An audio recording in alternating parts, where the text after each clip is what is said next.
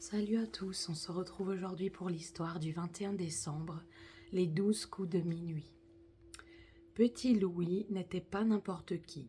Sa maman s'appelait Cendrillon et son papa le prince charmant. Il habitait dans un château avec ses nombreux frères et sœurs. Louis avait donc beaucoup de chance dans la vie. Pourtant, ce soir-là, il s'ennuyait. Accoudé à sa fenêtre, il regardait tomber la neige. « Bientôt Noël, mon chéri, » dit d'une voix rieuse derrière lui. Petit Louis se retourna. La bonne fée, marraine de sa maman, était dans sa chambre. Louis était son petit préféré. Lorsqu'il s'embêtait, elle l'apparaissait toujours, à point, nommée pour le distraire. « Quel cadeau voudrais-tu cette année ?» demanda la vieille dame en serrant Louis sur son cœur. Les yeux du prince se mirent à scintiller.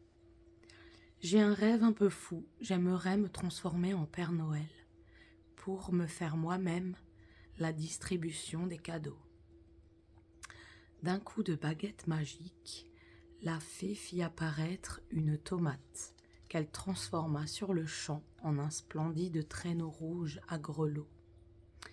Elle demanda ensuite à Louis d'aller chercher 8 libellules, car le prince en faisant un élevage dont il était très fier.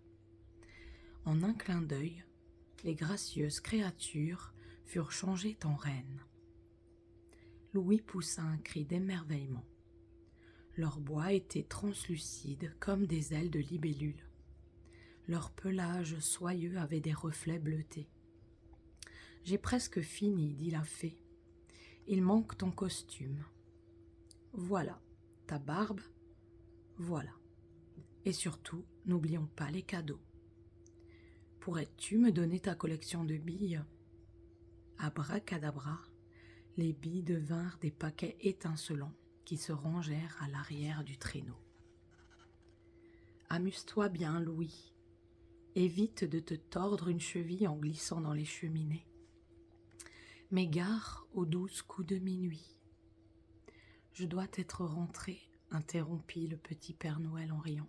« Sinon, mon traîneau redeviendra une tomate. » Louis fila dans la nuit, galopa dans le ciel, visita toutes les maisons. Il s'amusait tant qu'il ne voyait pas passer le temps. Soudain, au bout du monde, en posant des cadeaux sous un sapin, il entendit sonner le premier coup de minuit. Il bondit vers la cheminée et remonta si vite qu'il perdit une botte. Au deuxième coup, il sauta dans son traîneau. Les rennes démarrèrent à fond le train. Quelle course! Au 12e coup, l'équipage était en vue du château. Louis eut juste eu le temps d'atterrir en catastrophe dans sa chambre. Le traîneau s'écrasa sur le parquet dans une flaque de jus rouge. « Appétissante la sauce tomate !» s'exclama la fée amusée.